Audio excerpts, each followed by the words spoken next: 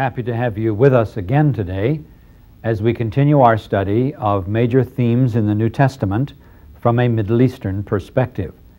And so today we continue our examination of women in the New Testament. Now, when we come to the question of what was the place of women in the Greco-Roman world at large, because this, of course, is the world to which Paul is writing, and the churches to which he wrote were churches that lived in that Greco-Roman world, made up of some Jews and some Greeks who had come to Christ. What was the position which those churches had, or what was the position, rather, that women had in that society? Demosthenes, the famous Greek orator, said once, "We have courtesans for our pleasure, prostitutes for daily physical use, and wives to bring up legitimate children." Rabbi Judah, in the Jewish scene, said, "I thank the Lord that he did not make me a Gentile, a woman, or a fool." And this was amongst the blessings that were said each day. In Rome, women were traditionally, quote, under the hand of the husband or the father, which meant that they were, for all practical purposes, a part of the property. This standard in the first century was indeed beginning to pass, but nevertheless, the old style was still there. Now, the response of the women was a very serious attempt to try to break out of the cage which tradition and culture, East and West, had placed them. And so, for example, the religion of Isis, one of the goddesses of Egypt, became quite prevalent in the Roman Empire, and this was a religion that was for women only. Their basic response, at least a part of it, was to say, we will develop our own religious systems, no men allowed. If we can't have our place in the sun out there in society at large, at least we'll do our thing off in a corner by ourselves. There were some pagan writers that did their best to try and be fair to women. Amongst them was Masonius Rufus, a contemporary with Paul. Another one was Epictetus, a Stoic writer and philosopher of the end of the first century, who has some amazing things to say in terms of the equality and justice necessary for the whole human family. But generally speaking, in both the Greco-Roman world and the Middle Eastern world, as we saw reflected in the writing of Ben Sirach, women had a very hard time. Now, amazingly, in the book of Acts, as Paul moved through these various cities, and as he began to establish the church, we find a particular text occurring a number of times, and we must look at it because it amazes us. First of all, turn, if you will, please, in your New Testaments, to Acts 17, and notice with me verse 4. Paul comes to Thessalonica, and we read, "And some of them were persuaded and joined Paul and Silas, as did a great many of the devout Greeks, and not a few of the leading women." Now, we have the same phrase also when Paul gets in Greece over to Berea, and read this in verse 12, "Many of them therefore believed, with not a few Greek women of high standing as well as men." Now, the amazing thing of these texts is that apparently the gospel that Paul preached and the communities which he founded had something in them that leading women, not women in general, but leading women specifically found attractive. Now, in any kind of a liberation movement, it is the leading people that we watch. Here are the leading women who obviously are those who will be on the forefront of the women who are trying to find their place in the sun, and they found Paul attractive. So this must also sort of feed into our minds as we try to understand the texts that are now under scrutiny for us in this study. Another important one in the book of Acts is Acts 16, and in this case we will begin now with verse 11. It's the famous story of Lydia and Paul's arrival there, coming from Troas and coming to Philippi. First of all, he finds a place of prayer, and it says he spoke to the women who had come together. Paul has come a long ways.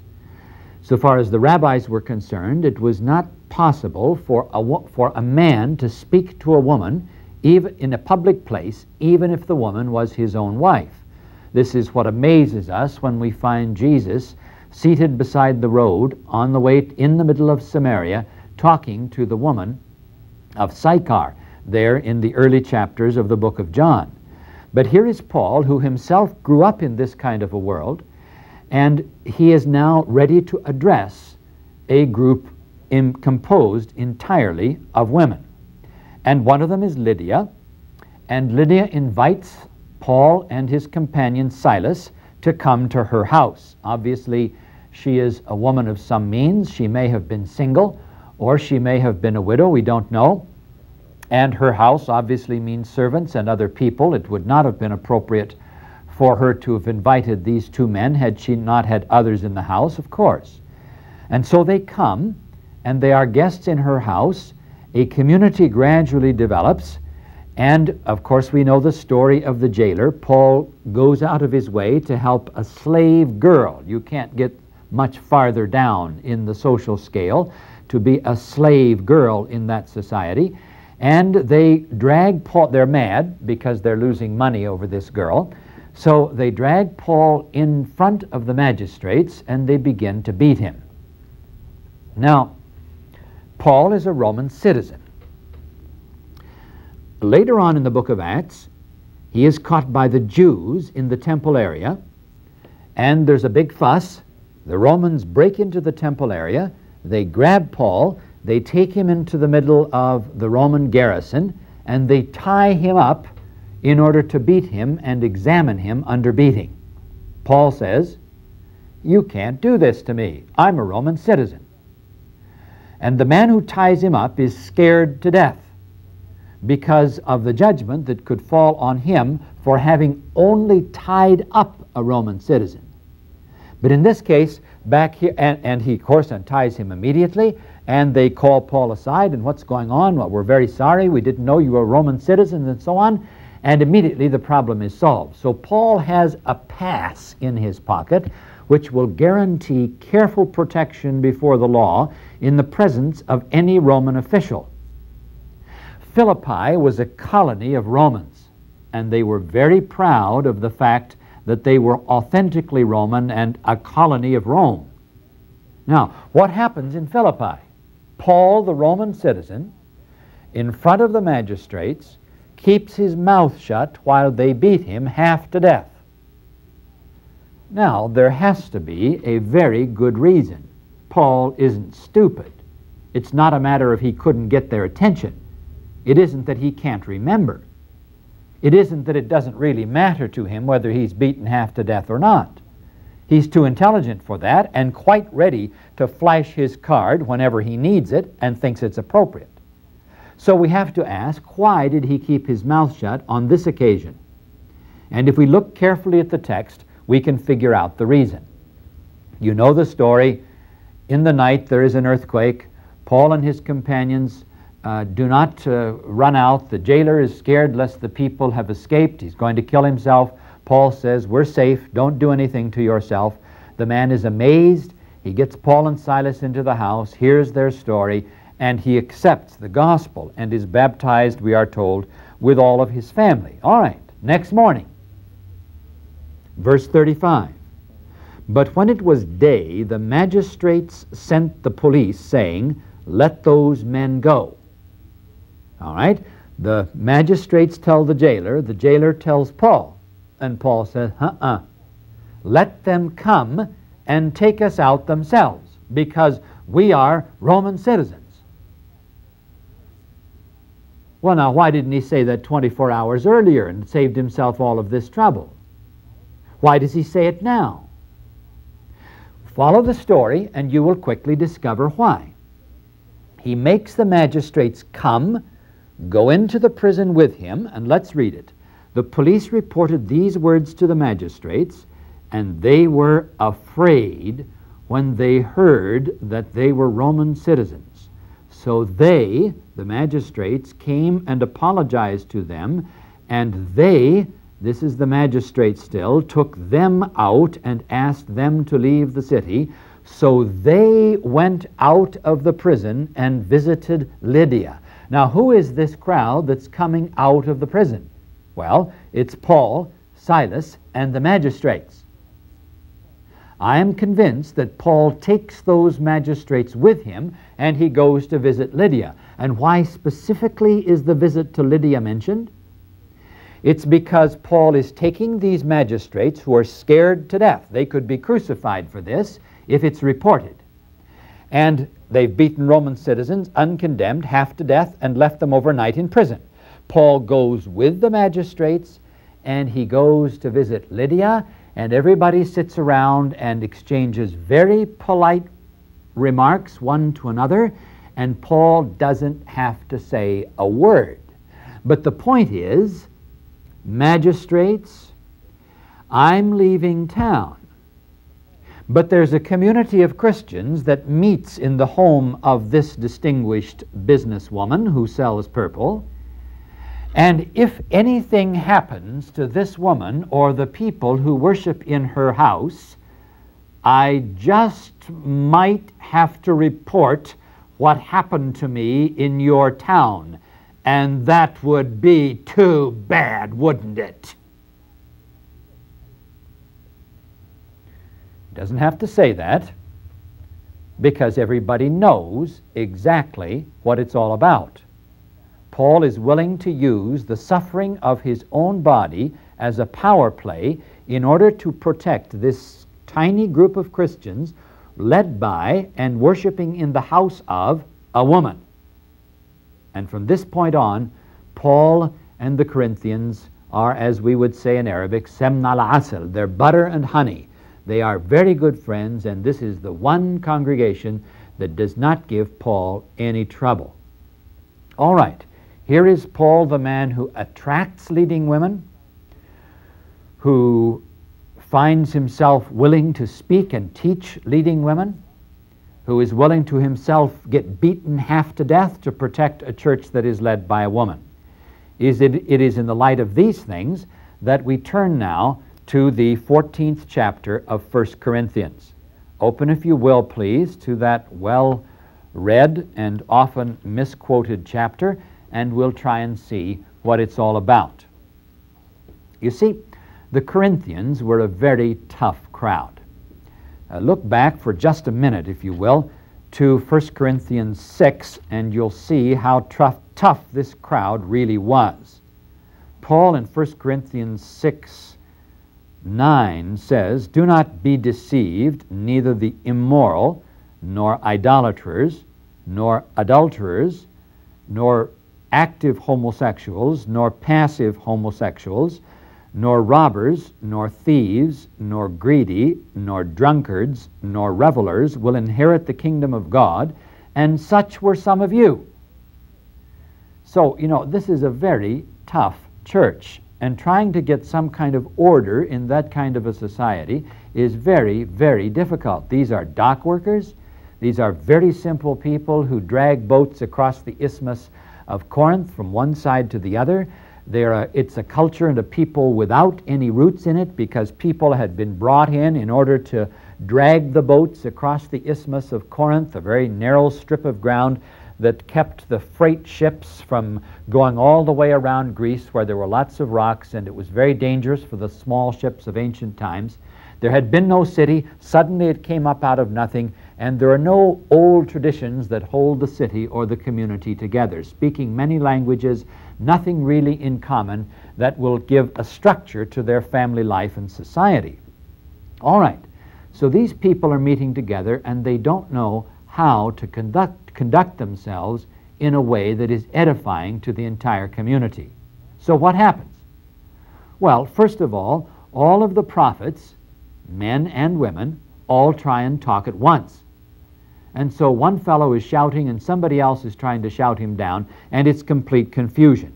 And so Paul, earlier on in chapter 14, verse 20, starting with 26, and in verse 28, he says, "Let each of them keep silent in church and speak to himself and to God." if somebody else is talking, and if you have a prophecy for which there is no interpretation, for heaven's sakes, let the men who want to do this please keep quiet in church. All right, because he says God is not a God of confusion, but of peace. Namely, the issue is the confusion that was taking place in the meetings of this Corinthian church when everybody tried to talk at once. Well, the prophets all want to talk at once, and it seems that the women all wanted to ask their questions. Now, this text to me makes marvelous sense because of the fact that it's been my privilege to try to teach very simple village women in isolated villages in the south of Egypt that have the same, roughly, much of the same background educationally that we can suppose was the background of these Corinthian women. I have tried to teach adult women who have never been in school a day in their lives, have never listened to a radio, never watched a TV, never sat in a discussion, and their attention span is 15 seconds. Now, what do you do with these kind of women? Well, I found I could never teach more than 3 of them. So I would get the 3 and have them seated in front of me. And these were, by the way, the brightest of the class. And then I would break up my information in 15-second nuggets. And I would call the first woman by her name, Ya Hannah, mother of Hannah. Then I would give her that 15 seconds of information, and of course the other 2 ladies are not listening. And then by 15 seconds, Hannah's mind has gone off to something else. Then I call the second lady by name. I give her the same little 15 seconds of information. These 2 ladies, of course, aren't listening. And then I call the third lady by name, and I do the same thing. Then I start the process over. Now, what are they doing in the meantime?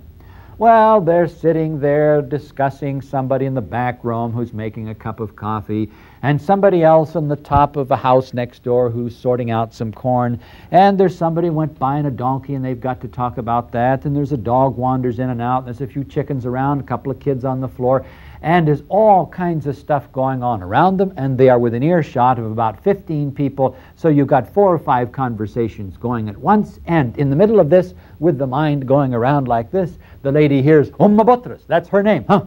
Okay, you've got her for 15 seconds, and she's gone. Now, what happens when you get a group of women with this kind of attention span in a church? I've tried to address them there as well. Well, the preacher starts preaching, this is Bailey in this case, and so very soon the women start chattering amongst themselves because their 15-second attention span is gone, and so the chatter amongst the women gets louder and louder and louder. Finally, it's so loud, the men, who are a bit more sophisticated, they get to town, they sit around and discuss politics with people from other villages, which the women do not. Finally, the racket from the women's side of the church, they're all seated by themselves, is so loud they can't hear the preacher. So one of the elders stands up and he bangs on a big wooden division between the men and the women, and he says, "Will the women please be quiet?" In a real loud voice. The women are all quiet. Bailey goes on preaching. Very gradually the racket starts again. Pretty soon, 15 minutes later, they can't hear the preacher any longer. He stands up and starts banging again. Okay, the sermon is about 45 minutes. 45 minutes later, after 3 or 4 scenes like this, we're finally done. I mean, you know, that's an ordinary Sunday morning. Now, Paul is preaching in Greek. I'm sure the language of the community was Greek. That was the only common language they had. Many of these dear people, probably Greek wasn't even their first language. And so they can't understand that. And so they've got a million questions. And they keep interrupting the poor preacher and the prophet and the interpreter who's trying to get the word of the Lord across to them with 15,000 questions. And Paul says, please, if they want to know something, let them ask their husbands at home. Way back in the 8th century, in the Middle East, a Middle Eastern scholar outside of Damascus wrote a commentary on Corinthians, which I have recently participated in translating and recording, which soon we hope to publish, in which he says, says that this text is not talking about all women. First of all, it was married women, and it was the married women who were asking these questions, and they were told to ask, your husband has got a little more information. He understands Greek a little bit better than you do. Please ask your husband all of your questions when you get home. Let's get on with the service. We don't want all of this confusion so that nobody can get anything out of the meeting. Now, Christian friends, that's, I think, the only responsible way to understand this passage. Why? In our last study, we looked at 1 Corinthians 11. In 1 Corinthians 11, Paul specifically says that the men and the women pray and prophesy. He just discusses the differences as to how they are supposed to dress. Now, is he all of a sudden, 3 chapters later, contradicting himself? You've got a couple of options. Either you try to understand this text in harmony with the other one, which we have tried to do, and found that it is in fact in harmony, or you decide that Paul is contradicting himself, which I can't accept, or you decide, as some liberal scholars have done, that the passage here in 1 Corinthians 14 is a non-Pauline interpolation. It can't be from Paul because Paul is too smart to contradict himself. And if we see it the way that I have indicated to you, then we find Paul's message concerning men and women together in the community in worship is a single harmonious message. All right, let's turn now to the knuckle buster of them all. And this is 1 Timothy in chapter 2, starting in verse 11. But we have to give ourselves a little background for this text before we examine the fine points of it. And this is because Timothy is a man who has been sent to the city of Ephesus. We know from chapter 1 that he is a young man, and he's called by Paul, my true child in the faith.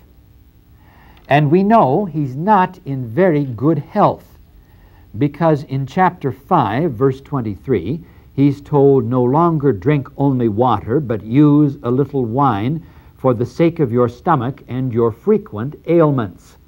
So he's got stomach problems, and he's sick half the time, your frequent ailments, and he needs a Jewish mother, and Paul is the Jewish mother who's telling him what to do and how to keep himself functioning.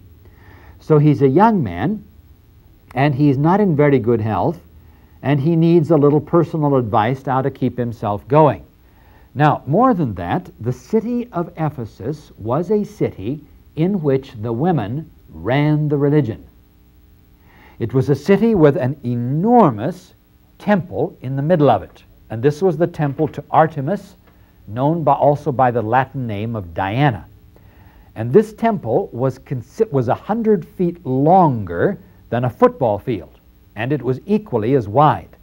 And the pillars, of which there were some 60 of them, stood 20 meters high. There were 127 of these columns that stood over 65 feet high. Now imagine a temple that is longer than a football field and equally as wide, with 127 columns standing over 60 feet high, and ordinarily 10 feet is a story, so this is now 6 stories high. This is an enormous building. It was one of the wonders of the ancient world. You've heard of the 7 wonders of the ancient world. This temple was one of them, and the temple was run by women. So you have a temple dedicated to a goddess. The goddess herself had a whole series of about 25 breasts on the front, and her worship was connected to fertility, and women run the religion of the city. And along with this, we know that there had broken out amongst the Christians in Ephesus the teaching of a Greek heresy. What was this heresy? Well, it was a part of the Gnostic heresy. Gnosticism was the infiltration into the Christian faith of some of the ideas of the Greek philosophical background, which said the body is evil and the spirit is good. Everything matter that you can touch and feel is all evil and the source of evil, and the goal of life is to escape from matter so that you can become spiritual and thereby good. Now, people who allowed this kind of theological thinking, it's really philosophical thinking, to invade their theology, ended up deciding a Christian cannot enjoy a good meal because food has to do with the body, and that's evil, and a Christian cannot get married, and if you get married, you certainly shouldn't have any children, because to do so is to cooperate with the body, and the body is evil. Now, what tells us that these ideas were already sort of infiltrating the Christian church? We know this from the 4th chapter of 1 Timothy, the very book we're discussing, which we are told Paul talks about the people who have deceitful spirits and doctrines of demons, whose pretensions of liars, their consciences are seared, who forbid marriage and enjoin abstinence from food. They don't know anything, says Paul, for everything created by God is good, and nothing is to be rejected if it is received with thanksgiving, for then it is consecrated by the word of God and prayer. These people who say food and sex are of the devil are mistaken. Blessed by God, they are a blessing. And he's not talking about the last days. They thought they were living in the last days in their time. And so what Paul is saying as he writes this letter is we can try to reconstruct what had happened in that church. Timothy is a young man. He's sick. He's not very strong-willed. He's sent to a city in which women are running the religion of the town, and the teaching of heresy has broken out in this church. Now, we know from early church documents that the people who taught this Gnostic heresy, many of them were women, and some of their names we have. One of them was a fellow by the name of Simon Magnus, who was a man, but he had his consort whose name was Helen, who was a prostitute from Tyre, and she said that she was the Holy Spirit. Then a fellow by the name of Mark Magnus had his girlfriend whose name was Marcellina. Then there was a Philomena, and there was a couple of prophetesses in the early years, one called Priscilla and the other called Maximilla. And so, again and again, in the Gnostic heresy, the people who did the talking were women. One of them shows up in the book of Revelation, in which she's called Jezebel, and we're told that she had somehow confused the other part of Gnosticism, which said if the spirit is sufficiently isolated from the body, then what happens to the body doesn't matter. And so the idea of sacred prostitution was now possible. You have isolated your spirit, your body can do whatever you want it to do. And this kind of a woman apparently shows up there in the book of Revelation, and we are told about her, Revelation chapter 2, and she is very harshly condemned. So, with this in mind, we look at this text, and we find that Paul is trying to solve the problem of the fact that some very strong-willed women have broken out into the church council of that community, and they have usurped authority. They have taken over the council. And Paul says, I do not allow women to usurp authority over men.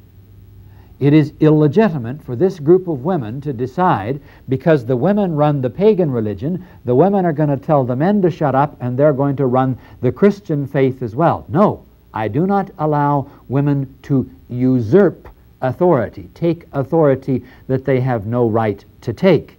And that's the way this verb should be read. They are to be silent. Who is the they? The they is these women who are teaching heresy in that church. The heresy of you can't get married, and if you do, you shouldn't bear any children. Why? Well, okay, tell them Adam was deceived by Eve. Now, very interestingly, that's not what Paul says in Corinthians and Romans. He says, in Adam all die, by which he means Adam and Eve, because Adam in Hebrew means both of them. And here he's blaming Eve. How come? Well, he's mad.